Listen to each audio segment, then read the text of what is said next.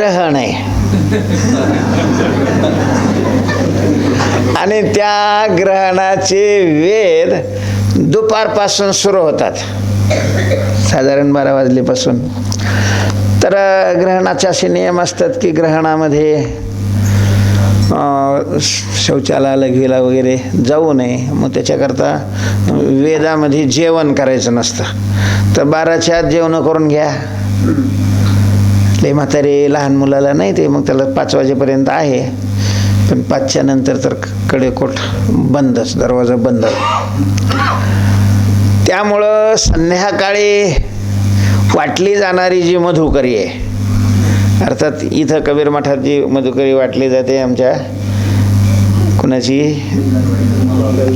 बेलदारच्या वाडीच्या माऊली, ती मधुकरी आज चालू राहणार नाही. तुम्हाला जसं करायचं तसं करा.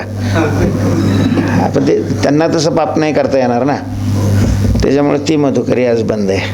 दुसरी गोष्ट अशी आहे की आजचं ग्रहणाचा कालावधी त्या आमच्या डायरीमध्ये भला 5-5.5 तासाचा सांगितला होता, पण तो नाही आहे.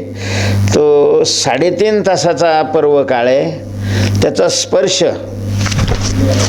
10ला 3 मिनटं कमी असताना 9:57ला स्पर्श होतो आणि 25:27 म्हणजे 1:30 वाजता,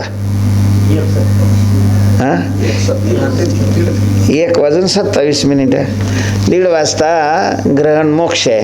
तेव्हा दोन्ही स्नान ज्यांना करायचे त्यांनी 21:57च्या अगोदर किंवा 21:57ला अर्थात 10 वाजता स्नान करायचं आणि दुसरं स्नान 1:30 वाजता करायचं.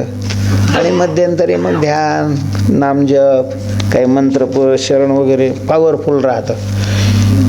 या पर्व काळामध्ये एकदा विठ्ठल म्हणलं तर ते एरवी 1000 वेळेला, लाख वेळेला विठ्ठल म्हणण्या इतकं ते पुण्य जास्त देणार असतं. तर त्यामध्ये असा हा कालावधी आहे.